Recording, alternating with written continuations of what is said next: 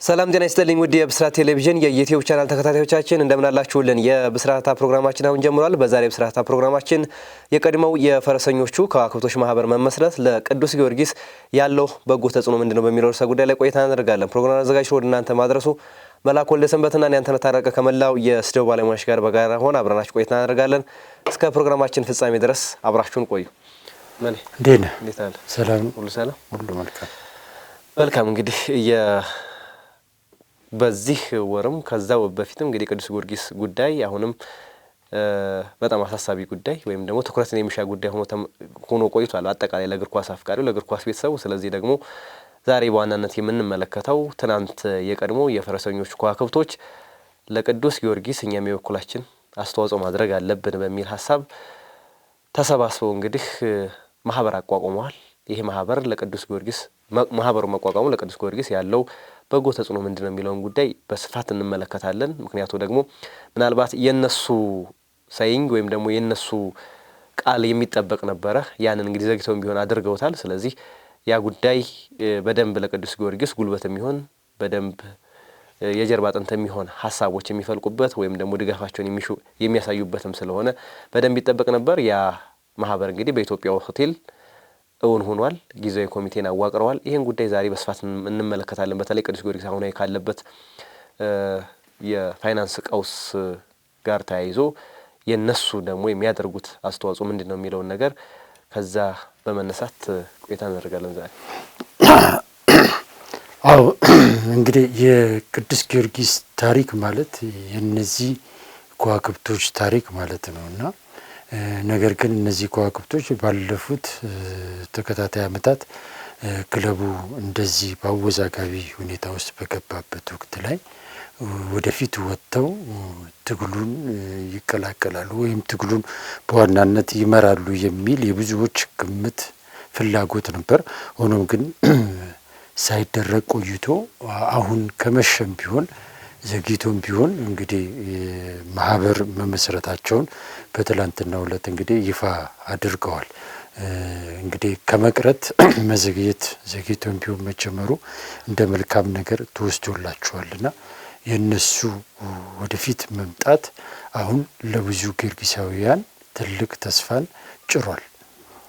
እንግዲህ ጊዮርጊስ ማለት እነዚህ ታላላቅ ከዋክብቶች ናቸው ብሎ መውሰድ ይቻላልና ከዚህ አንጻር አሁን በክለቡ ህልውና ላይ የፋይናንስ ጉዳይ ላይ የተጋረጠውን ጋሬጣ ለመቅደድ ትልቁን ድርሻ ይወጣሉ ተብሎ ይታሰባልና ትላንት የማህበሩ መመስረት ይፋ ከሆነ በኋላ በርካታ ጊዮርጊሳውያን ደስታቸውን እየገለጹ ይገኛሉና ይህ ማህበር መመስረቱ መቋቋሙ በቀጣይ ትልቅ ፋይዳ ትልቅ አቅም ይሆነዋል ተብሎ ነው የሚታሰበው። ጊዮርጊስ አሁን ከገባበት አዘቅት ለማውጣት ትልቅ ፋይዳ ይኖረዋል የሚል እምነት በብዙዎች ዘንድ ጭሯልና ያ ፋይዳ ምንድን ነው የሚለውን ዛሬ በስፋት እንመለከታለን።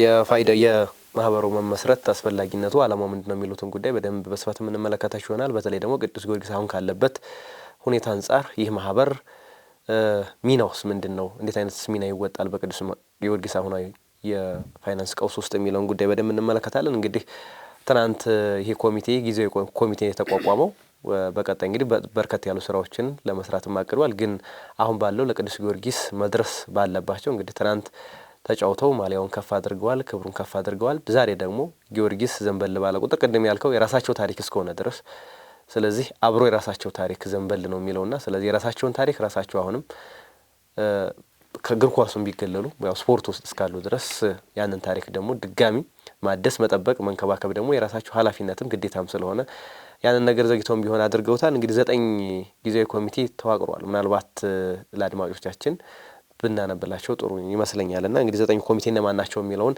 እንመለከታለን። ገብረመድህን ኃይሌ፣ ሰለሞን መገርሳ፣ ስዩም ከበደ፣ ፍቅሩ ተፈራ፣ ፋሲል ተካልኝ፣ ፍጹም ገብረ ማርያም፣ ታደሰ ቢሻው፣ ፉአድ አብዱል ቃድር፣ አዳነ ግርማ 9 የጊዜያዊ ኮሚቴ አባላት ናቸው። ስለዚህ እነዚህ ኮሚቴዎች በቀጣይ የሚሰሩ ስራዎችን በዋናነት በማስተባበር ይሰራሉ ማለት ነው። ስለዚህ ያው የቀደመው ትውልድ አለ፣ የአሁኑም ትውልድ አለ። ምናልባት ትውልዶችንም ያገናኘ ማህበር ነው። ስለዚህ አንዳንድ ማህበሮች ያው ፋይዳቸው በጣም ላቅ ያለ የሚሆነው እንደዚህ አይነት ነገሮችን ታሪክንም አብሮ የሚያገናኙ ነገር ስለሆነ በርካታ ከዋክብቶችን ተመልክተናል። እኛም በስፍራው ስንመለከት እንግዲህ ደስ የሚል ስሜት አለው። ቅዱስ ጊዮርጊስን ብቻ ሳይሆን የኢትዮጵያ እግር ኳስ ስለሆነ አብዛኛው እንግዲህ በአሰልጣኝነት ህይወትም በተጫዋችነትም የቅዱስ ጊዮርጊስ ተጫዋቾች በኢትዮጵያ እግር ኳስ ላቅ ያለ አሻራ አላቸው። ስለዚህ እዛ የምናየው የቅዱስ ጊዮርጊስን ተጫዋቾች ሳይሆን የኢትዮጵያ እግር ኳስ ተጫዋቾችን ነው እዛ የምናየው። ስለዚህ ኢትዮጵያ ብሔራዊ ቡድን ማሊያ የለበሱ በርካቶች፣ የኢትዮጵያ ብሔራዊ ቡድን ያሰለጠኑ በርካቶች። ስለዚህ ቅዱስ ጊዮርጊስ የሰው ሀብት አለው። ስለዚህ ያንን ሀብቱን መጠቀም ደግሞ አሁን በተለይ ቅዱስ ጊዮርጊስ ሰው በሚያስፈልገው ሰዓት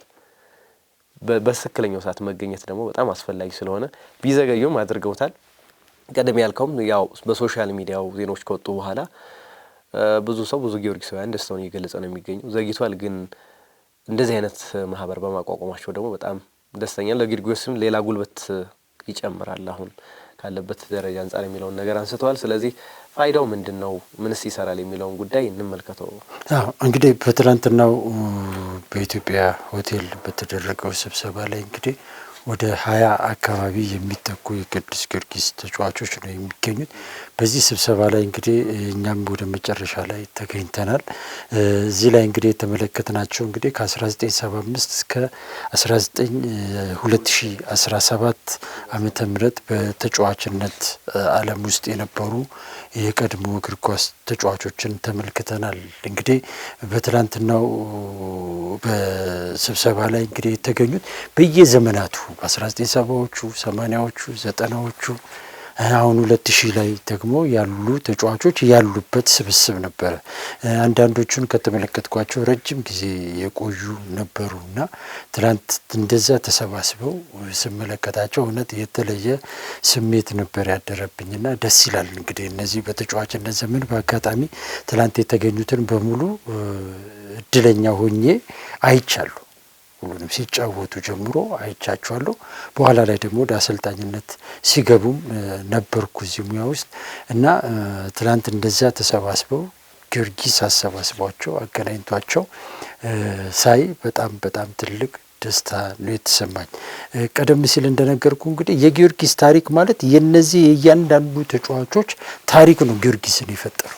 ከዛ በፊት ያሉትም ተጫዋቾች አሉበት እና በትላንትናው ስብሰባ ላይ በአካል ከተገኙት ውጪ በዙም ደግሞ በተለያዩ ዓለማት ያሉ የቀድሞ የቅዱስ ጊዮርጊስ ተጫዋቾችን ለማስገባት እንደዚሁ ጥረት የተደረገበት ሁኔታ ነበረ እና በዛ ላይ እንግዲህ አዲስ ብስራት ከጀርመን የገባበት ሁኔታ ነበር። ኢንስትራክተር ካሳሁንም እንዲገባ ጥረት የተደረገበት እነጌቱ ከበደ ምናምን እንደዚሁ እንትን የተደረገበት ነበር። በኔትወርክና በሰዓት አለመመጣጠን ምክንያት ብዙዎቹን ለማስገባት አልተቻለም። ነገር ግን አዲስ ብስራት ግን በቀጥታ ስርጭቱ ላይ ገብቶ ሀሳቡን ለማካፈል ጥረት አድርጓል። ነገር ግን አዲስ ብስራት እንግዲህ በቅዱስ ጊዮርጊስ ውስጥ በካፒቴንነት ለረጅም ጊዜ የተጫወተ ቡድኑን ከሁለተኛ ዲቪዚዮን ወደ አንደኛ ዲቪዚዮን እንዲመጣ ያደረገ የምንጊዜም የቅዱስ ጊዮርጊስ የቁርጥ ቀን ልጅ የሚባል ነው።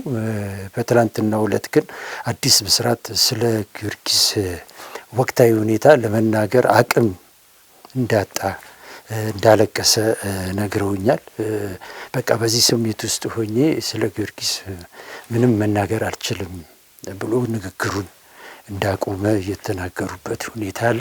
ከዛ ውጪ ግን በዕለቱ የተገኙት ተጫዋቾች አብዛኞቹ በጣም ልብ የሚነካ ነገር በክለቡ ላይ ይናገሩ ነበርና የክለቡ ጉዳይ በጣም ቆጭቷቸዋል፣ አንገብግቧቸዋል፣ አቃጥሏቸዋል።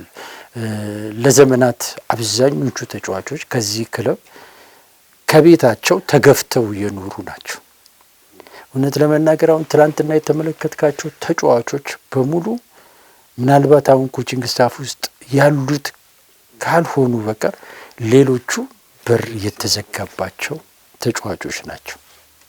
ብዙዎቹ በተለይ በእነዚህ 20-30 ዓመት በነበረው አመራር ዘመን የቅዱስ ጊዮርጊስን በር እንዳይረግጡ የተደረጉ ናቸው። በሴራ በዓላማ በተለያዩ ምክንያቶች ክለቡ ደጃፍ እንዳይደርሱ ተደርገዋል።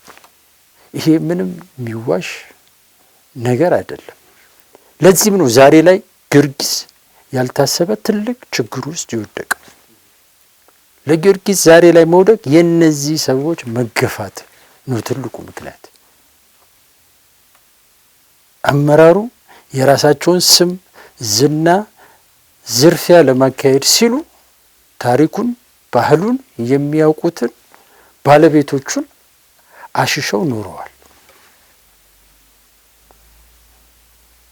በዚህ ምክንያትም ቅዱስ ጊዮርጊስ ዛሬ ላይ የህልውና አደጋ የፋይናንስ ቀውስ ውስጥ ምናምን ሊገባ ችሏል። ስለዚህ በትላንትናው ዕለት እነዚህ ተጫዋቾች ተሰባስበው ማህበር ለመመስረት መወሰናቸው ለቅዱስ ጊዮርጊሳውያን ትልቅ ፋይዳ ይኖረዋል ብዬ ነው ማለት ነው። ቅዱስ ጊዮርጊስን አሁን እንደ አዲስ ለማቋቋም ለመመስረት በሚደረገው ሂደት ላይ የነዚህ ከዋክብቶች በማህበር ደረጃ ተደራጅተው መምጣታቸው ትልቅ ፋይዳ ነው ብዬ አስባለሁ። አንዳንድ ጊዜ መጥፎ ነገሮች ሲፈጠሩ ለበጎ ነው ይባላልና አንዱ በጎ ነገር የዚህ ማህበር በዚህ ደረጃ መቋቋም ነው። አሁንም ቢሆን ይህ ማህበር በሀሳብ ደረጃ ያለ ማህበር ነው። በትላንትናው ዕለት እንግዲህ የተደረገው ጊዜያዊ ኮሚቴ የማቋቋም ነው። በቀጣይ ጠቅላላ ጉባኤ ተጠርቶ ሌሎች የቅዱስ ጊዮርጊስ ታላላቅ ተጫዋቾች ተሰባስበው ራሱን የቻለ በደንብ የተደራጀ የተቀናጀ ትልቅ ማህበር ይቋቋማል።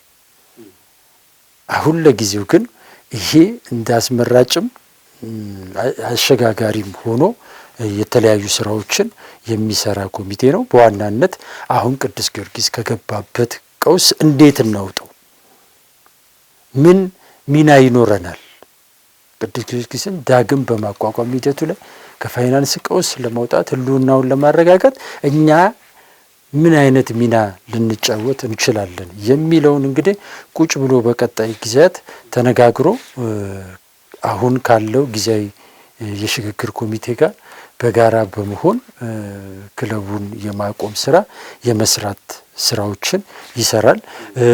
በዋናነት አሁን ላይ በፋይናንስ ቀውስ ምክንያት ውጤታማ መሆን ያልቻለውን ቅዱስ ጊዮርጊስን ለማንሳት በሚደረገው ሂደት ላይ ትልቁን የቤት ስራ ለመወጣት እቅድ ነድፈው የሚንቀሳቀሱ ይሆናል። ከተጫዋቾቹ ጋር ቁጭ ብለው በችግሩ ዙሪያ መወያየት፣ እነሱም በሞራል ማነሳሳት፣ የተለያዩ ስራዎችን በዋናነት ለመስራት እቅድ እንዳላቸው ትላንት እንግዲህ ከስብሰባውን በኋላ ያነጋገርኳቸው አንዳንድ የክለቡ ተጫዋቾች ነግረውኛል። በዋናነት እንግዲህ ትላንትና ከተነሱት ትልቅ ጥያቄዎች ውስጥ አሁን ያሉት ተጫዋቾች ቤተሰባቸውን ማብላት እንዳቃታቸው፣ ብዙዎቹ ባለትዳር ናቸው፣ ልጆቻቸውን ምግብ ማብላት እንዳልቻሉ 5 ወር በላይ እንግዲህ ሊከፈላቸው እንዳልቻለ ደሞዝና በዚህ ሁኔታ ውስጥ ሆነው ቲማቸውን በሚፈልጉት ደረጃ ለማገልገል እንዳልቻሉ የተገለጸበት ሁኔታ ነው ያለው። የቡድኑ አሰልጣኞች፣ የቡድን መሪው፣ አጠቃላይ ኮችንግ ስታፉ ይህን ሁኔታ በሚያሳዝን መልኩ ለቀድሞ ተጫዋቾች አስታውቀዋል፣ ገልጸዋል። የክለቡ ያለበትን ሁኔታ በደንብ በሚያሳይ መልኩ ማብራሪያ ሰጥተዋል። አሰልጣኝ ፋሲል እዚህ ስብሰባ ላይ ተገኝተዋል።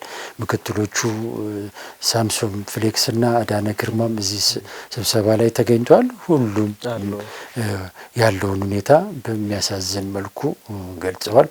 ብዙዎቹ ተጫዋቾች አሁን ባለው ሁኔታ የበለጠ ጊዮርጊስ ያለበትን ሁኔታ ትላንት በደንብ ተረድተዋልና ትላንት ያንን ከሰሙ በኋላ አብዛኞቹ ተጫዋቾች ልባቸው በጣም እንደተሰበረ ነግረውኛልና ትላንት በአጠቃላይ የነበረው ሁኔታ የሚያሳዝንም የሚያስለቅስም ሁኔታ ነበርና የሚገርም ነገር በዚህ ስብሰባ ላይ እንግዲህ በአሁኑ ሰዓት በተለያየ ክለቦች ውስጥ በማሰልጠን ላይ የሚገኙ የቀድሞ የቅዱስ ጊዮርጊስ ተጫዋቾች ብዙ ነገሮችን ተቋቁመው ችለው በዚህ ስብሰባ ላይ ተገኝተዋል።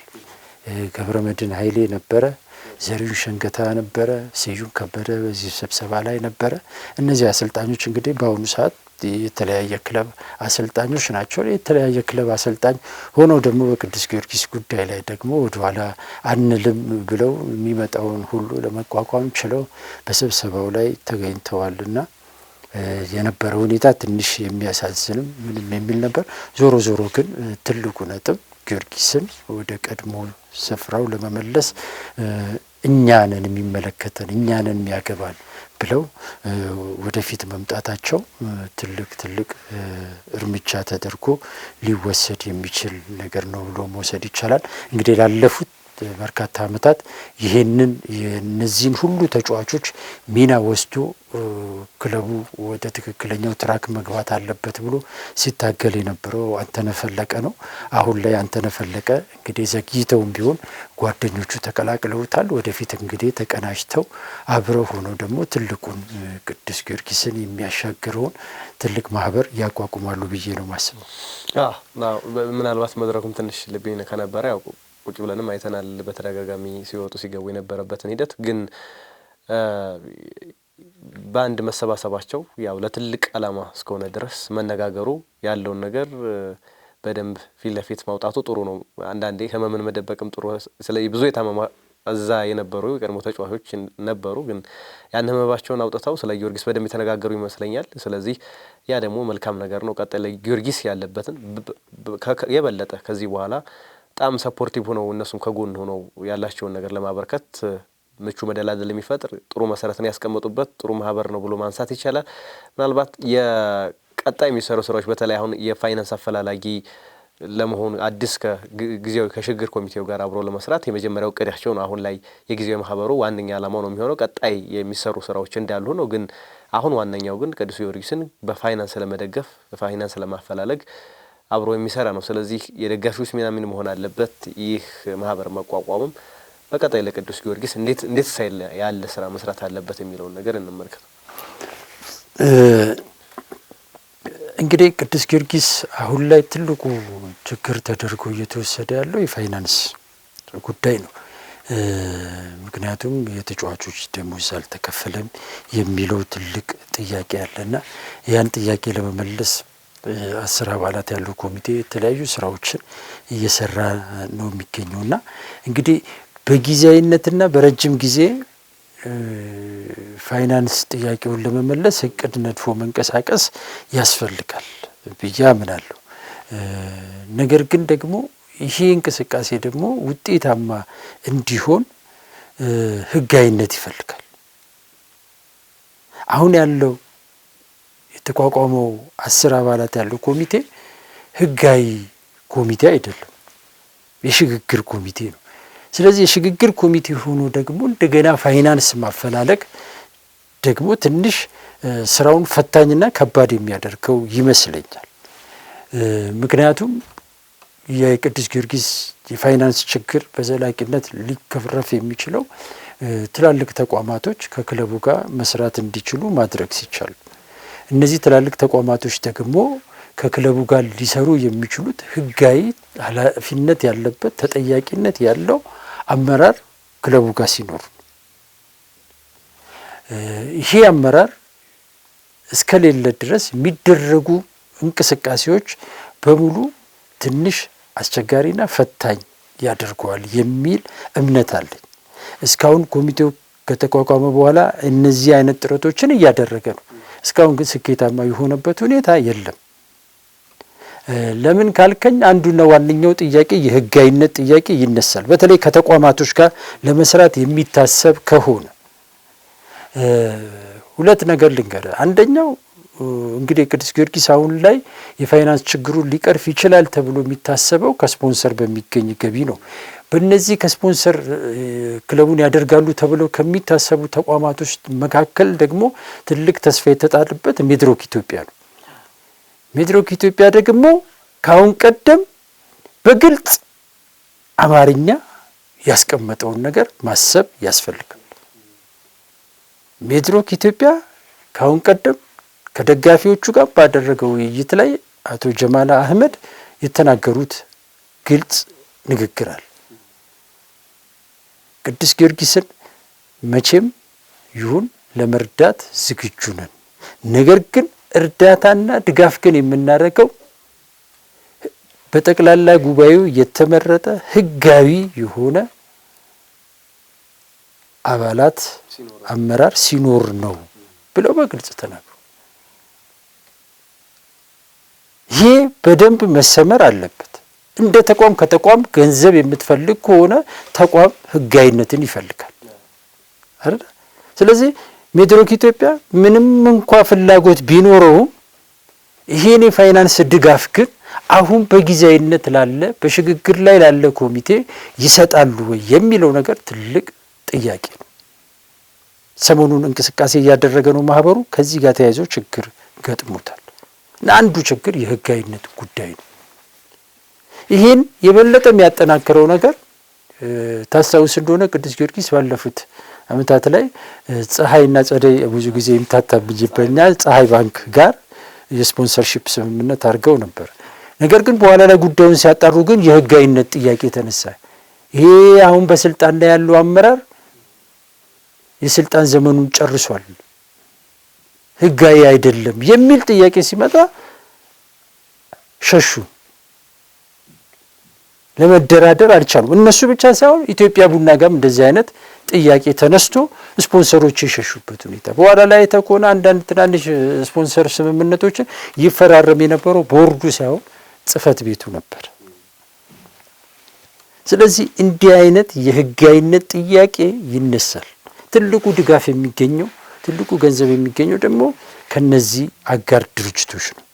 ስለዚህ ከነሱ ጋር ያለውን መስመር ለማስተካከል በቅድሚያ ይሄ የህጋዊነት ጉዳይ መፍትሄ ማግኘት አለበት ብዬ ነው ማስበውና ይሄ 10 አባላት ያለው ኮሚቴ የሚያደርጋቸው የተለያዩ ጥረቶች እንደተጠበቁ ሆኖ ነገር ግን አሁን ላይ እኔ እስከሚገባ የግል ምልከታዬ ነው ይሄ የሽግግር ኮሚቴ ህጋዊ የሆነ አመራር እንዲመረጥ መደላድሉን መፍጠር መቻል አለበት።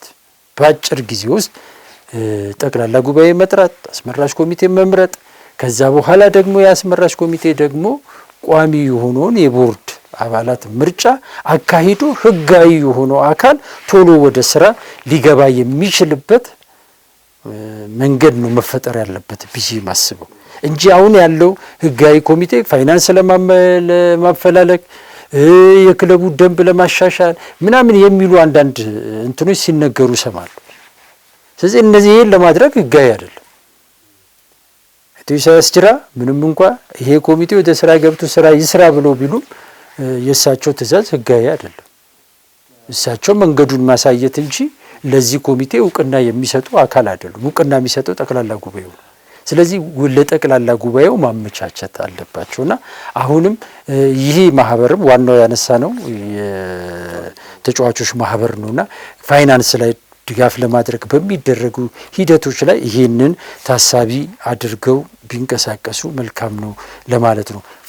ፋይናንስ የልጆቹ ጥያቄ መመለስ አለበት። አዎ ምናልባት እንግዲህ ሌላው መንገድ ሊሆን የሚሰው ቴሌቶን ማዘጋጀት ሊሆን ይችላል አላቅም እና ነገር ግን ዞሮ እንደዚህ ያን ነገሮችን ለማድረግ በዋናነት ቅዱስ ጊዮርጊስን መስመር ለማዛዝ የሉና ጥያቄውን ለመመለስ የፋይናንስ ችግሩን ለመቅረፍ ህጋዊ የሆነ አመራር ማስመረጥ ሚለው ላይ ትኩረት ተደርጎ መሰራት እንዳለበት ነው እኔ የሚሰማኝ።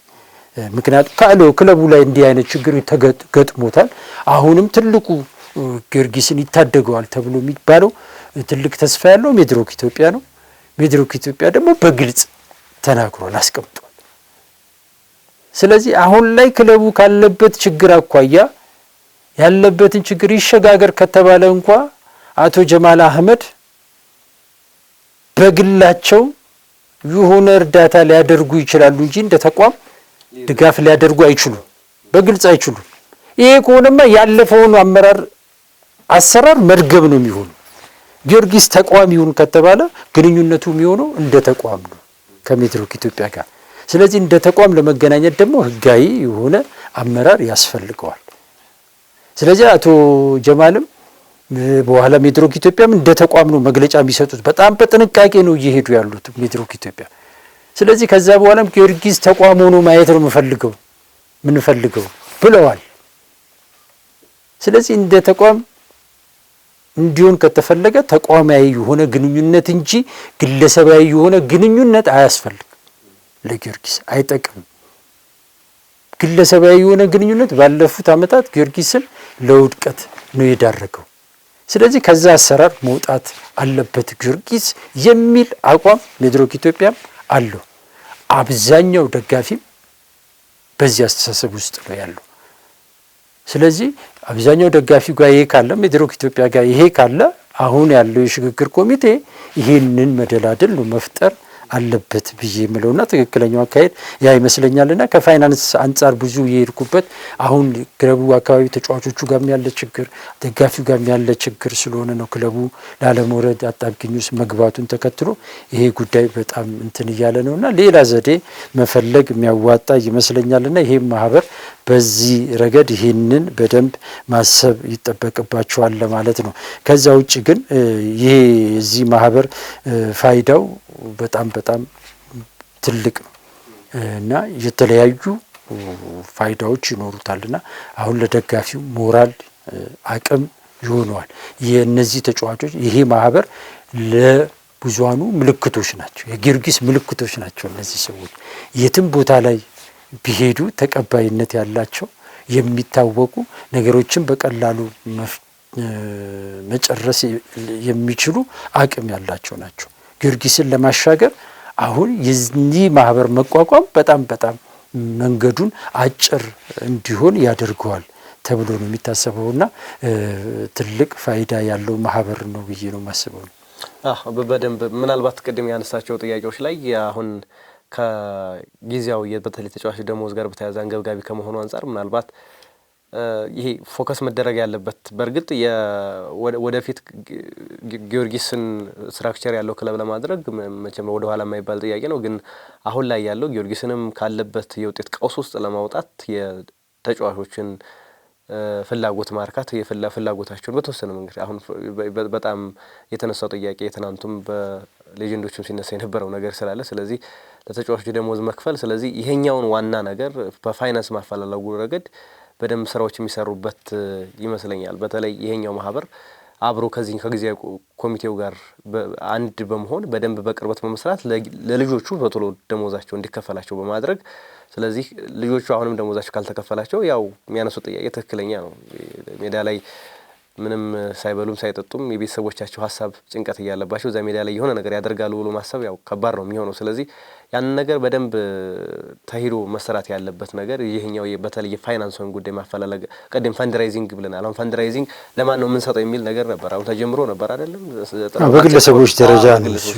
ስለዚህ አሁን ደግሞ ስትራክቸር ሲኖረው አመኔታም ስለሚኖር እነሱም ሲገቡበት ደግሞ የበለጠ ቅድም ያልከው የደጋፊዎቹ ምልክቶች ስለሆነ የጊዮርጊስ ምልክቶች ስለሆኑ ስለዚህ በደንብ አመኔታውን በደንብ ከፍ የሚያደርግ ነገር ስለሆነ በተለይ በፈንድራይዚንግ ጉዳዮች ላይ በአጠረ ጊዜ ውስጥ እንደዚህ አይነት ነገሮችን ቢያደርጉ ጊዮርጊስን ለመደገፍ ጊዮርጊስን ለመርዳት ብዙዎች እጃቸውን የሚዘረጉበት ይሆናል ተብሎ ይጠበቃል። የኢትዮጵያን እግር ኳስ የሚወድ ሁሉ የኢትዮጵያን ስፖርት የሚወድ ሁሉ ለጊዮርጊስ እጁን ያጥፋል ተብሎ አይታሰብም። ስለዚህ አማራጭ የሚሆነው ያ ነው። እንግዲህ ጊዮርጊስ በራሱ አቅም ውስጥ ነገሮችን ማድረግ ካልቻለ ስለዚህ ወደ ውጭ ወጥቶ መጠየቅ ጊዮርጊስ ራሱን እስኪችል እስኪቆም ድረስ አሁን የማድረግ ግዴታ ኃላፊነት ይኖርባቸዋል ብዬ አስባለሁ። ምናልባት ለመጨረሻ ጠቅለል አድርገን እንመልከተው ያው የደጋፊውስ ምን አይነት እዚህ አንተ ወደ መጨረሻው ከመግባታችን በፊት ሰከን ብሎ ማሰብ ያስፈልጋል። አሁን ግርግር ለሌባ ያመቻል የሚባል አንድ አባባል አለና እንደዛ እንዳይሆን ጥንቃቄ መውሰድ ያስፈልጋል። የክለቡን ሁሉና ጊዜያዊ ችግርና ዘላቂውን ችግር በደንብ አመጣጥኖ ማሰብ ያስፈልጋል። አሁን ጊዮርጊስ በጊዜያዊ ችግርም የተጠመደ ነው፣ በዘላቂው ችግርም የተጠመደ ነው። የትኛው ነው ጊዮርጊስን የሚያሻግረው? እንዴት ነው ሁለቱን አዋህደን መሄድ የምንችለው የሚለው ነገር ብልሃት ይፈልጋል፣ እርጋታ ይፈልጋል። በስሜት ሳይሆን በስሌት መንቀሳቀስ ያስፈልጋል ብዬ ነው ማምነው። አንዳንድ ጥረቶች አሉ የሚደረጉ ጊዮርጊስ በቃ ሊወርድ ነው፣ ጊዮርጊስ ከወረደ ይፈርሳል እያሉ ለአንዳንድ ነገሮች የሚያመቻች ኃይልም አለ። ስለዚህ ይሄ ነገር እርጋታ በደንብ ይፈልጋል።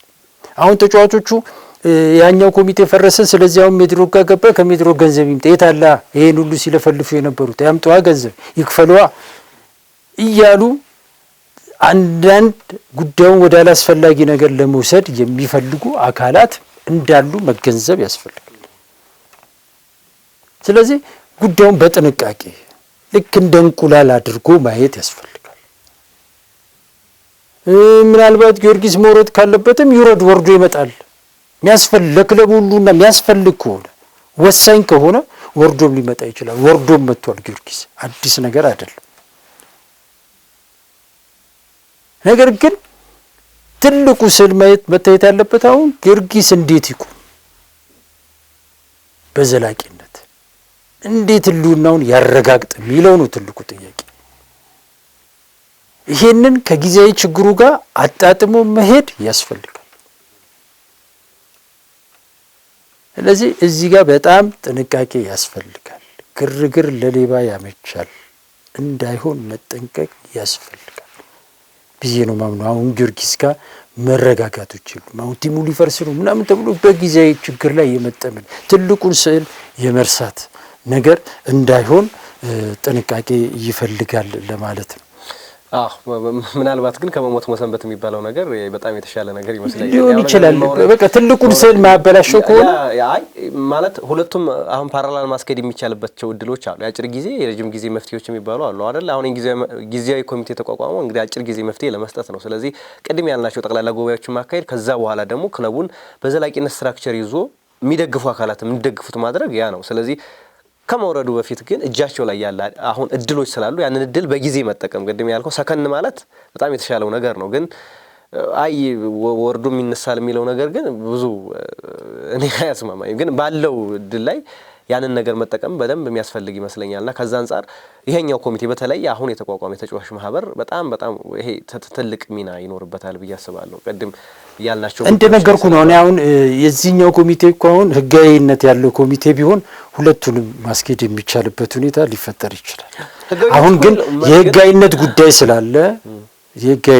ስላለ በግለሰቦች የማይወሰኑ ጉዳዮች ስላሉ እነዛን እንዴት አስታርቆ መሄድ ይቻላል የሚለው ነው ጥያቄው እኮ። ጊዜያዊ ሲባል እኮ ማንም ያውቀዋል። አሁን ጊዜያዊ ኮሚቴ ነው አይደል የተቋቋመው። ህጋዊነት ላይ ጥያቄ እንዳለው ይታወቃል። ግን በጊዜያዊነት ጊዮርጊስን አሁን ካለበት ሌሎች መፍትሄዎች አሉ። ቅድም ብያለሁ እኮ ቴሌቶን ሊሆን ይችላል፣ ሌላ ነገር ሊፈጠር ሊሆን ይችላል። ጊዮርጊስን ማትረፍ የሚቻልባቸው እድሎች አሉ ነው ያኛው ከመሄዱ በፊት። ስለዚህ አንደኛው ፕላን ኤ አለ። ስለዚህ ለምን ወደ ፕላን ቢ ይኬዳል የሚለውን ነገር ለማንሳት ስለፈለኩ ነው። ግን እንጠቅለው ሀሳቡን የመጨረሻ ሀሳብ ምናልባት ከደጋፊው ምን ይጠበቃል የሚለው በተለይ ተቀናጅቶ ከመስራት ጋር ምን ይጠበቃል የሚለውን ነገር እንጠቅል። ከደጋፊው ሳይሆን ተጫዋቾቹ በቀጣይ ሊጫወቱት የሚችሉት ሚና ምንድን ነው በቀጣይ ጊዜያት የሚለው ነው። እንግዲህ የዚህ ማህበር መቋቋም በአጭር ጊዜም በረጅም ጊዜም በክለቡ ውስጥ ሊጫወቱት የሚችሉት ሚና ይኖራል። የነሱ አለመኖር ቀደም ሲል ነግሬያለሁ፣ ከክለቡ መራቅ ክለቡን አደጋ ላይ ጥሎታል።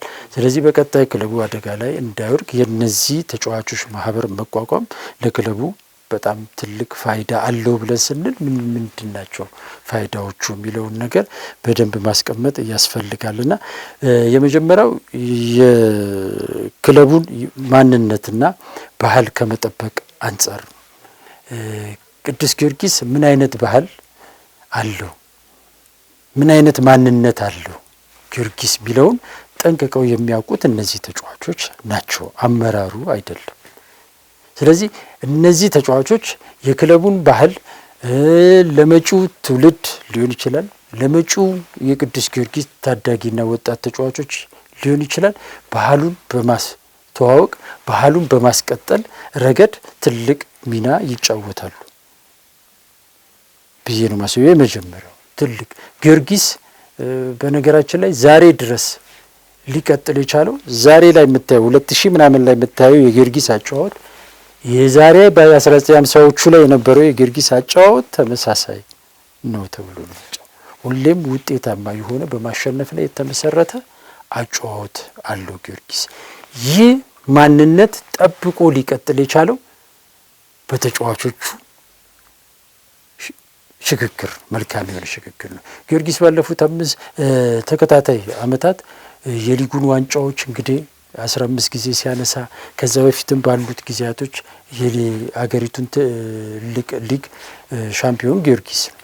ይህን መቀጠል የቻለው ከትውልድ ትውልድ እየተሸጋገረ የመጣ ታሪክ። እኔ በድፍረት የምናገረው ነገር ጊዮርጊስ ውስጥ ያለው የአሸናፊነት ስሜት፣ የሙያ ዲስፕሊን፣ በተጫዋቾች መካከል ያለ ህብረትና አንድነት በሌሎች 4 እና 5 የኢትዮጵያ ክለቦች ውስጥ ቢኖር የኢትዮጵያ እግር ኳስ ከዚህ በላቀ ደረጃ ይሻገር ነበር የሚል እምነት አቋም አለኝ። በተለያዩ ጊዜያቶች ውስጥ ብዙ ነገሮችን አይቻልም። ባለፉት ዓመታት አንዳንድ ክለብ የተቃራኒ ክለብ ደጋፊዎች የአብነት ገንዘብ ነው፣ የሜትሮክ ገንዘብ ነው፣ የሼው ገንዘብ ነው ምናምን ይላሉ። ነገር ግን ከዛ በላይ ግን የጊዮርጊስን የአሸናፊነት ሚስጥር በቅርብ ስትከታተልና ስትጠይቅ ግን የምታገኘው ታሪክ ግን ከዚህ የተለየ ነው። ተጫዋቾቹ ጨዋታን ለማሸነፍ ያለው ቁርጠኝነታቸው፣ አንድነታቸው፣ የካምፕ ዲሲፕሊናቸው በጣም የሚገርም ነው፣ የሚደንቅ ሞዴል የሚሆኑ ተጫዋቾች በየዘመኑ አሉ፣ በየዘመኑ ይፈጠራል። ያንን ከትውልድ ትውልድ ደግሞ ያሻግራሉ። ስለዚህ ይሄንን ከማድረግ አኳያ የነዚህ ተጫዋቾች አሁን ላይ በማህበር ተደራጅቶ መምጣት ያንን የበለጠ ለማስቀጠል ያስችላል። ልምዳቸውን ሄደው ያካፍላሉ፣ ምን ያደርጋሉ። እና አንዱ ነገር ይሄ ነው። ሌላው ክለቡ በተለያየ ጊዜ አሁን ላይ በተለይ የገጠመው አይነት ቀውስ የሉና አደጋ በሚያጋጥመው ጊዜ የሚያሸማግል እኮ አልነበረም አይደል?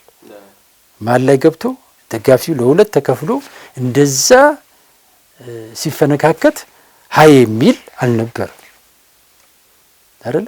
እነዚህ ተጫዋቾች ይሄ ማህበር ግን ቢኖር ግን እዚህ መሀል ላይ ገብቶ አንተምተው ብሎ ተሰሚነታቸውን ተጠቅሞ በክለቡ መካከል የሚፈጠሩ ነገሮችን መቅረፍ ይችላል።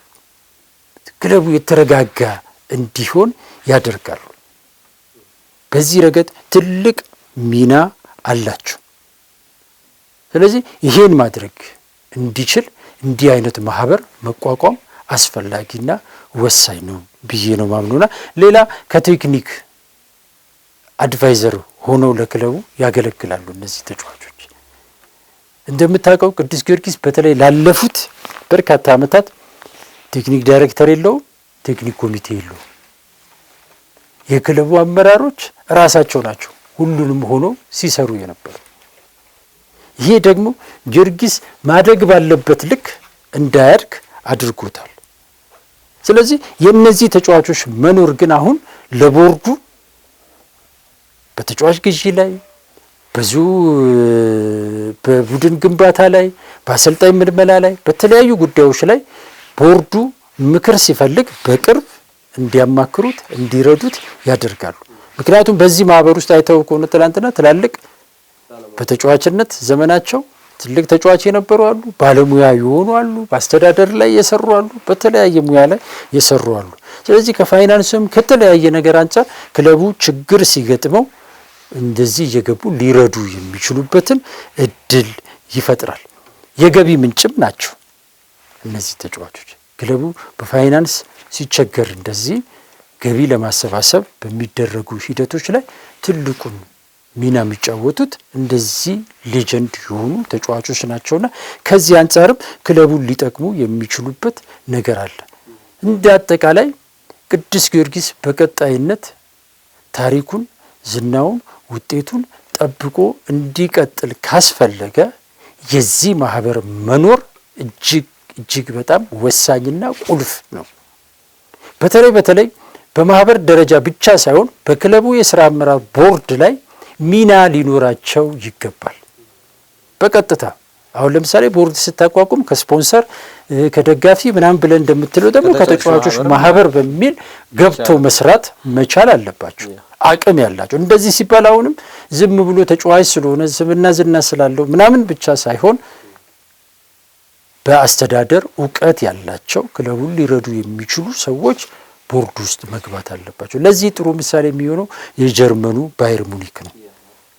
ባየር ሙኒክ ለዚህ ለዓለም ትልቅ ምሳሌ ነው። ክለቡ ተረጋግቶ በውጤታማነት ባህሉን ጠብቆ እንዲሄድ እነ ቤከንባወር፣ እነ ሪምኒንግ፣ እነ ካህን በአመራር ሚና ውስጥ ገብተው ትልቅ ሚና ተጫውተዋል፣ እየተጫወቱም ነው። እነዚህ አካላት አሁንም ቅዱስ ጊዮርጊስም በቀጣይ የቦርድ ምስረታ ውስጥ ሊያደርግ ከሚገባቸው መሰረታዊ ነገሮች አንዱ ይሄንን እነዚህ ተጫዋቾች በዛ ቦርድ ውስጥ መግባት መቻል አለባቸው። ስለዚህ በደጋፊው ዘንድ ያለው የቦርዱን ታማኝነትንም በደንብ የሚጨምር ይሆናል። የቀድሞ ተጫዋቾችም ለክለባቸው ያላቸው ፍላጎት መርዳት ትስስሩን የሚያስቀጥል ይሆናልና ከዚህ አንፃር በአጠቃላይ ይሄ ማህበር መቋቋም ለክለቡ ቀጣይ ህልውናም እጅግ በጣም ወሳኝና ቁልፍ ነው ብዬ ነው ማምነው። ነገር ግን ይህ ሲባል ግን አሁንም ቢሆን መታወቅ ያለበት ነገር የተጫዋቾች ማህበር አካባቢ ላይ ያሉ ጉዳዮች እነዚህ ጠቀሜታዎችን ይሰጣሉ ሲባል ዝም ብሎ ማሊያውን ስለለበሰ ብቻ እንዳልሆነ ማወቅ ያስፈልጋል። አመራርነት ራሱን የቻለ ክህሎት፣ አቅም፣ ልምድ ይፈልጋል። እያንዳንዱ ተጫዋቾች የጊዮርጊስን ማሊያ የለበሰ በሙሉ ለጊዮርጊስ ያስፈልጋል። ግን መቼ የቱ ጋር ነው የሚያስፈልገው የሚለውን ግን መለየትና ማወቅ ያስፈልጋል። የቱ ጋር ነው መላኩ ጊዮርጊስን ሊጠቅም ይችላል? የቱ ጋር ነው አንተነህ ጊዮርጊስን ሊጠቅም ባለው ልምድ ባለው እውቀት መጠን ማለት ነው። ስለዚህ እና አሁን ትላንት የተሰባሰቡት ብቻ ሳይሆን ሌሎች ጊዮርጊስን በአስተዳደር ላይ ገብተው ሊመሩ የሚችሉ እውቀቱ ልምዱ ያላቸው ተጫዋቾችን ማሰባሰብ ያስፈልጋልና በዛ ደረጃ ማጠንከር ያስፈልጋል። ዝም ብሎ ማህበር ተሰባስቦ በየወሩ አውርቶ የሚለያይ ሳይሆን የጊዮርጊስን ህልውና በማስጠበቅ ረገድ ይሄ ማህበር ትልቅ አቅም ከማንኛውም በተሻለ ባለቤቶቹ እነሱ ናቸው። እነሱ ነው የደሙት የቆሰሉት፣ ብዙ ታሪኩ ያለው እነሱ ጋር ነው። ስለዚህ እነሱ እዛ ውስጥ መግባት አለባቸው። ሲገቡ ግን ስምና ዝናን ብቻ ሳይሆን አቅም ይዘው መግባት መቻል አለባቸው። ይሄ ማህበር ራሱ ጊዮርጊስን ተጫውተው አገልግለው በተለያዩ ችግር ያሉ ተጫዋቾችም ካሉ ለመርዳት አቅም ይኖረዋልና በደንብ መታሰብ መቻል አለበት። አሁን ግን ብሎ ጊዮርጊስን ለማዳን ነው ብቻ የሚል ግርግር ሳይሆን በደንብ ታስቦ ታቅዶ በስሜት ሳይሆን በስሌት ተሰርቶ ከተቋቋመ የጊዮርጊስ ህልውና ማረጋገጫው አንዱ ማህተብ ይሄ ማህበር መቋቋም ነውና እንግዲህ አንዳንዴ ችግሮች ለመልካም ነው የሚፈጠሩት የሚለው ነገር ይሄንን ፈጥሯል ብዬ አምናለሁና በዚህ ብናጠቃልለው መልካም ይመስለኛል። መልካም ውድ ተመልካቾቻችን የቀድሞ የፈረሰኞች ከዋክብቶች መሰባሰብና ማህበር መመስረት አሁን ላለው ለቅዱስ ጊዮርጊስ በጎ ተጽዕኖ ምንድነው በሚለው ርዕሰ ጉዳይ ላይ ቆይታ ያደረግንበት የዛሬው የብስራታ ፕሮግራማችን የተካተላችሁትን ይመስል ነበረ። ፕሮግራም አዘጋጅቶ ወደ እናንተ ማድረሱ መላኩ ወልደሰንበትና አንተነህ ታረቀ ከመላው የስቱዲዮ ባለሙያዎች ጋር በጋራ መሆን አብረናችሁ ቆይታ አድርገናል። እናንተስ በዚህ ማህበር መመስረት ፋይዳው ምንድነው ብላችሁ ታስባላችሁ? በኮሜንት ሴክሽን ላይ አካፍሉን። ሰናይ ጊዜን ተመኘ።